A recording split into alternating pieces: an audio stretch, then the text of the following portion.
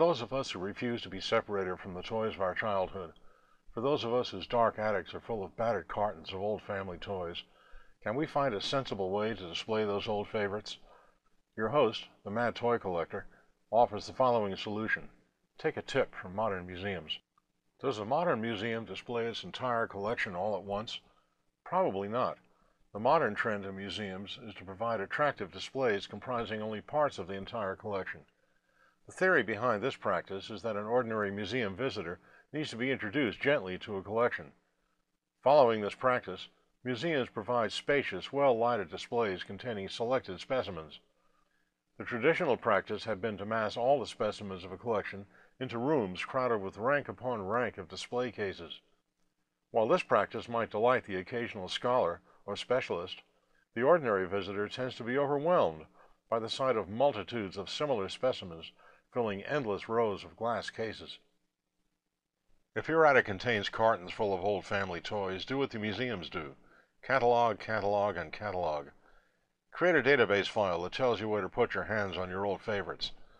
Creating a database file doesn't mean you need a computer. Begin with a package of 3x5 index cards. The important thing is to label the cartons and write down what's in them. Once you know which carton contains what, it's time to start designing settings for the displays. Your host, the Mad Toy Collector, never threw away any of his toys. A large part of his collection consists of toy soldiers, so he decided to build a miniature castle to display parts of his soldier collection. Here you see a preliminary design for a setting in the form of an old castle. Not the entire castle, merely the entrance arch underneath the battlement. The first question to be answered is, how big should this castle be? The second question is, how do we build it in a reasonable amount of time?